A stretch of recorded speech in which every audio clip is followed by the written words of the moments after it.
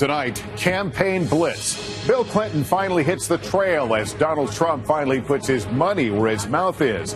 But his ominous new ad has already erupted in controversy. The first votes to be cast just 4 weeks from tonight. Heading for a showdown, we go inside as armed anti-government protesters take control of a federal building, refusing to leave unless the feds meet their demands. What they want. Taking aim, what we've learned about President Obama's executive actions on guns. The White House about to go around Congress as opponents vow to fight. And murder they binged. The real-life whodunit that has so many viewers hooked. Amateur detective split. And tonight, outrage calls for action. Nightly News begins right now. From NBC News World Headquarters in New York, this is NBC Nightly News with Lester Holt. Good evening. Call it the sprint to the starting line. After all those months of rising and falling fortunes, we're now just 28 days from the first nominating contest of the 2016 race for president. And there is new urgency for those still in it. 28 separate campaign events today alone. Heading into the stretch toward the February 1st Iowa caucuses, the latest poll there shows Ted Cruz ahead of the Republican pack. For the Democrats, Hillary Clinton with a nearly 10-point lead over Bernie Sanders. While in New Hampshire, it's Donald Trump out front for Republicans, and for the Dems, Sanders with a 2-point lead. And with crunch time here, checkbooks are being opened, strategies refined, and in the case of Hillary Clinton, the man she calls both husband and her not-so-secret weapon has been launched onto the campaign trail. We have it all covered tonight. Andrea Mitchell begins our coverage. Andrea, good evening. Good evening, Lester. Well, this is Bill Clinton's first solo trip in this campaign, trying to pull Hillary Clinton over the finish line in New Hampshire. Go get him. Bill Clinton at a popular restaurant in Manchester. I'm going to take time to get some of these french fries. Living up to a famous SNL parody. Say, you going to finish these fries? Both Clintons taking nothing for granted this time. Can Hillary win this one? Sure. Win here? Sure. But it's going to be hard. Back in his element. Despite Donald Trump's attack for the former president's past womanizing, to counter Hillary Clinton's charge that Trump is sexist. I said, how the hell can she do that when she's got one of the great women abusers of all time sitting at her house? Today, Bill Clinton following a campaign decision not to take Trump's bait, as much as Clinton clearly wanted to. How do you feel about the kind of campaign Donald Trump is running, sir? The Republicans will have to decide if they're going to be nominated. How I feel is only relevant once they pick a nominee. Hillary Clinton in Iowa also refusing to engage Trump.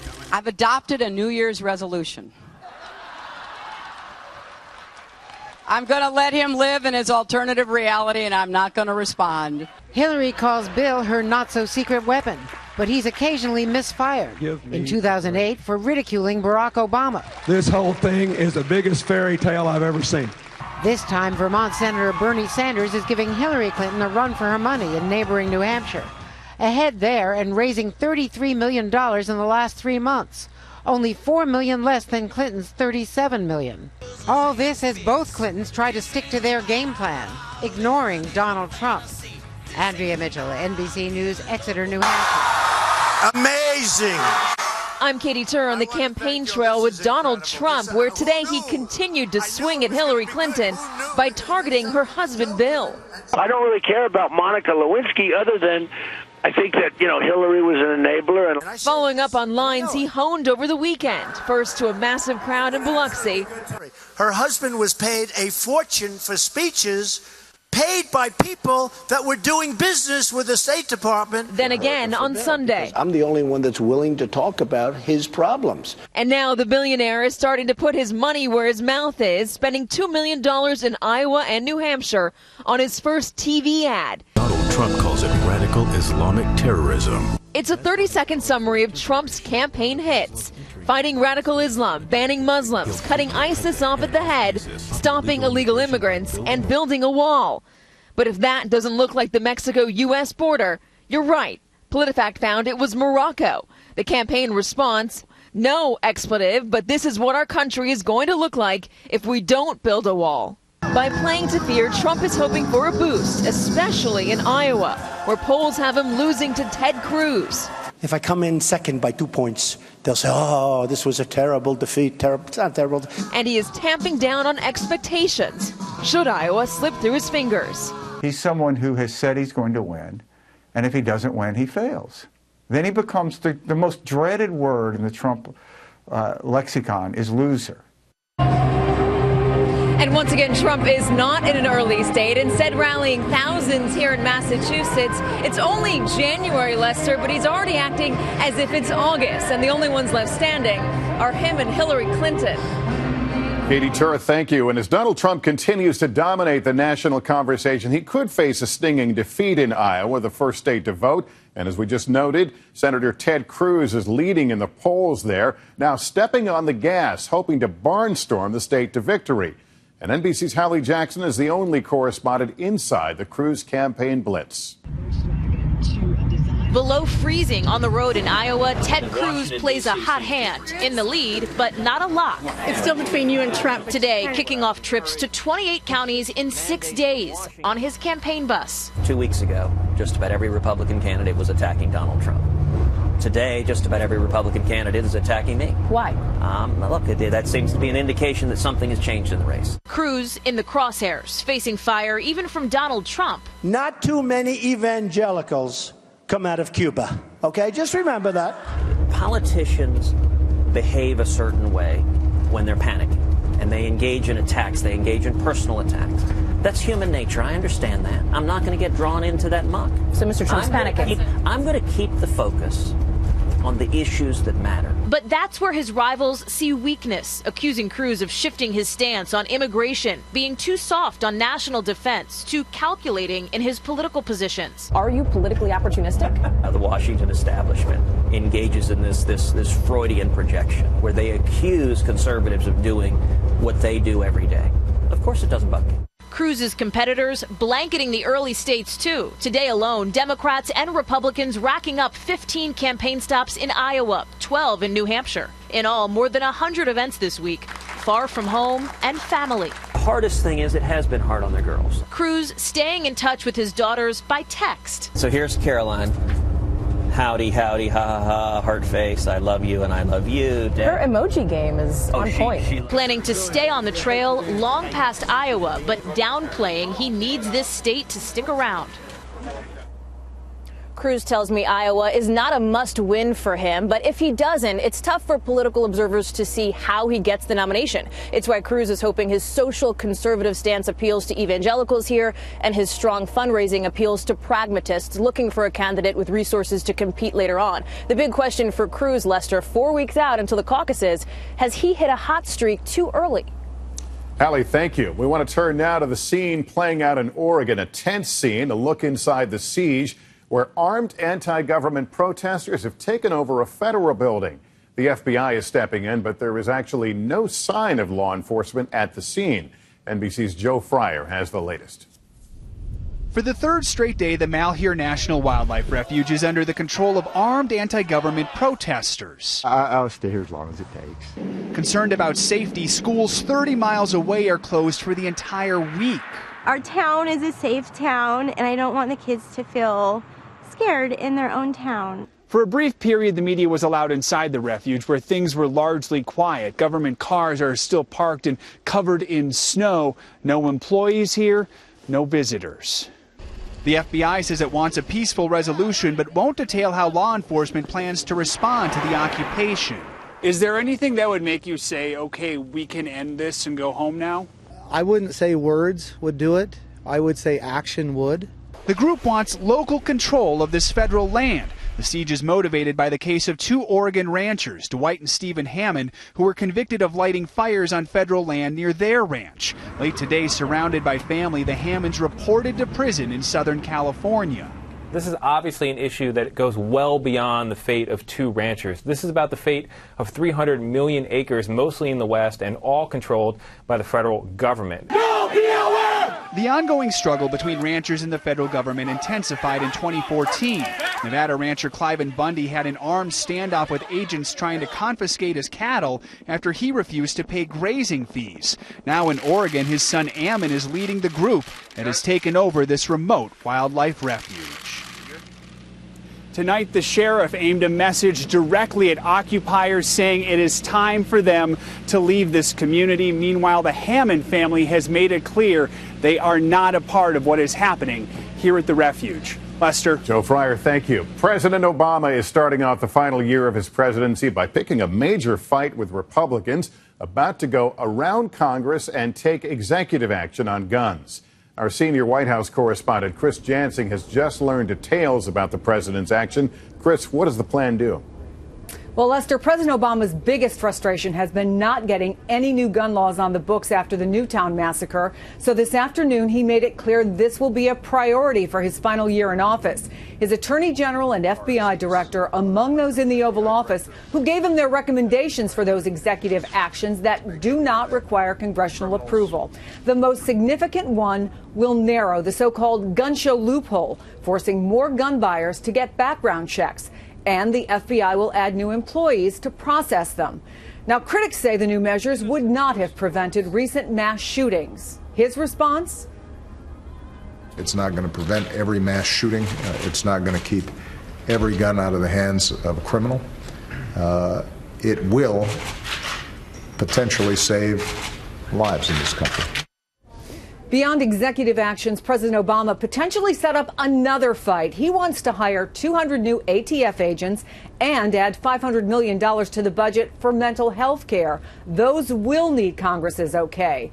And late this afternoon, congressional Democrats came here to the White House for a strategy session.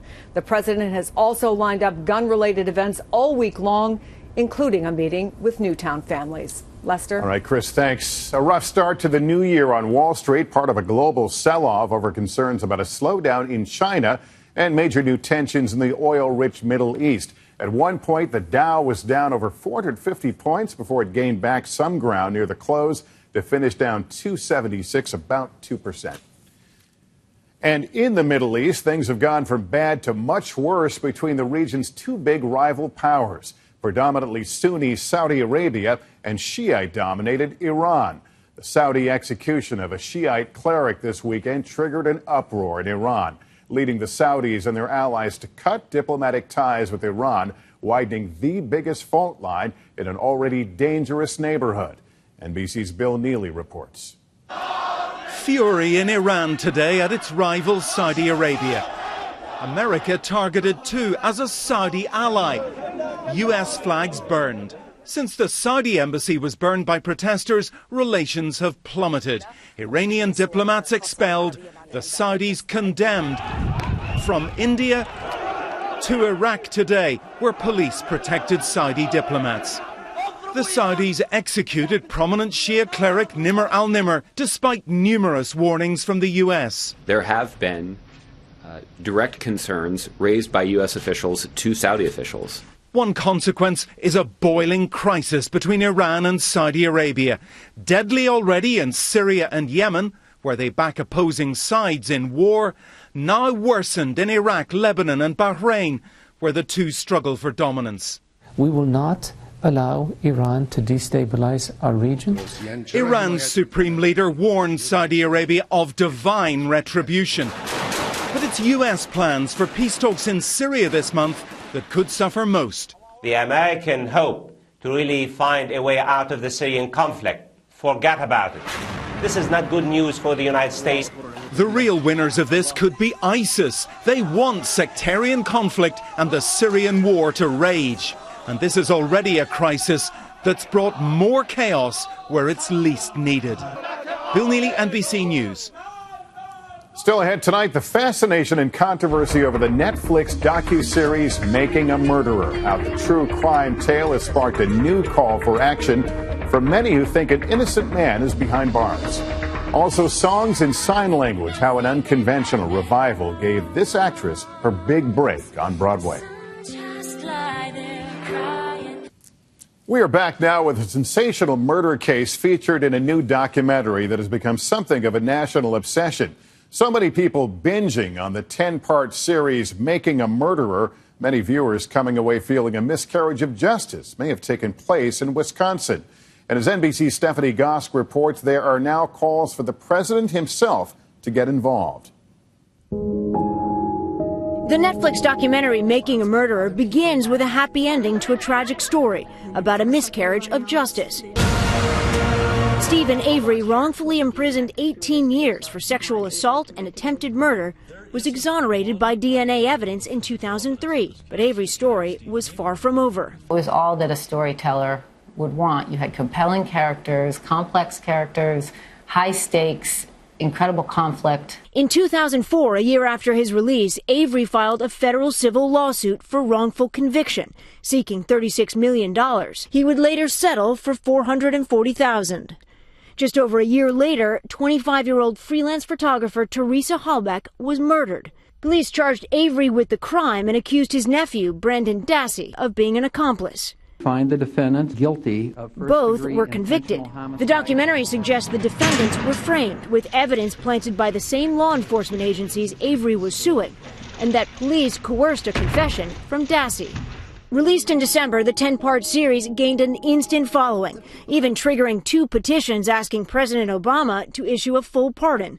One calls Avery's story an abomination of due process. Facing intense public criticism, the former prosecutor in the Teresa Halbach murder is pushing back, claiming the filmmakers left out critical pieces of physical and forensic evidence. He told NBC News that the complete set of facts is inconsistent with the claim that Avery was framed.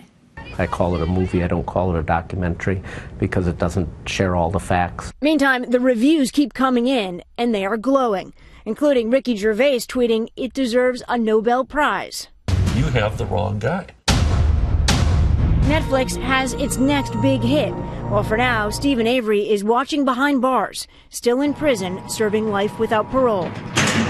Stephanie Gosk, NBC News, New York. When we come back here tonight, the holidays are over, and so is the warm weather, the unusually warm weather so many Americans were enjoying. Tonight, extremes all across the country.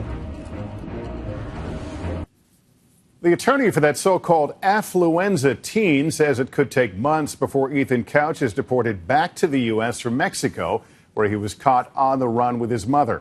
And a Mexican immigration official tells NBC News that Couch is now being held in a sparse room with 3 or 4 other people. Couch got a 10 years probation for a deadly drunk driving crash after essentially arguing he was too spoiled to know right from wrong. Extreme weather is whipping across the country this evening after the unusually warm holidays. Some of the coldest temperatures of the season are blasting the Northeast, up to 20 degrees below average in some areas. While on the West Coast, 6 storms influenced by El Nino are threatening to be on the march. And the Midwest is still reeling from flooding that destroyed some 150 homes and left at least 25 people dead. They call today Black Monday in the NFL for a good reason. A number of teams in search of new leaders after parting company with their head coaches. The New York Giants' Tom Coughlin steps down after 12 seasons and 2 Super Bowl wins. Also out, Mike Pettin of the Cleveland Browns and rookie coach for the San Francisco 49ers, Jim Tomsula. The Eagles, Titans, and Dolphins all fired their coaches before the end of the season. When we come back, a beloved musical back on Broadway in a way no one has ever seen or heard before. Finally, tonight, a Broadway dream come true. A much-loved musical playing to an audience that most shows ignore. And it's cast with actors who are so often locked out of the Great White Way, including one young woman who got the break of a lifetime. Our Rahima Ellis has her story. This is the opening scene of the Broadway musical Spring Awakening. But when the audience hears this, lead actress Sandra Mae Frank hears this. Sandra is deaf. She shares her role with hearing actor Katie Boak. As Katie sings, Sandra signs.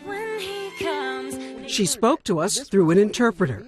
I see the faces in the audience. I see the eyes looking at us. They're going, oh, you're the one who's singing. Oh, okay, you're the one who's signing.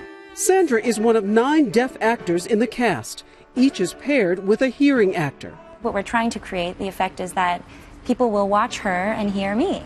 I watched this play and I didn't think of 2 actresses. I thought of one. Sandra lost her ability to hear at age 3, but held fast to a dream. I want to learn how to sing, and my mother was like, okay, but you're deaf, you'd have to work very hard, but here I am singing, just singing in a different way. She looked up to people like Oscar winner Marlee Matlin, now a co-star. I can't be the only one. I want to be able to see more deaf actors get recognized for their work. The show is wowing crowds. I can see that they're moved by the acting. They're not looking at us as just disabled characters on stage. They're looking at us to tell the story. An opportunity for actors and audiences alike. Rahima Ellis, NBC News, New York. And that's going to do it for us on a Monday night. I'm Lester Holt. For all of us at NBC News, thank you for watching and good night.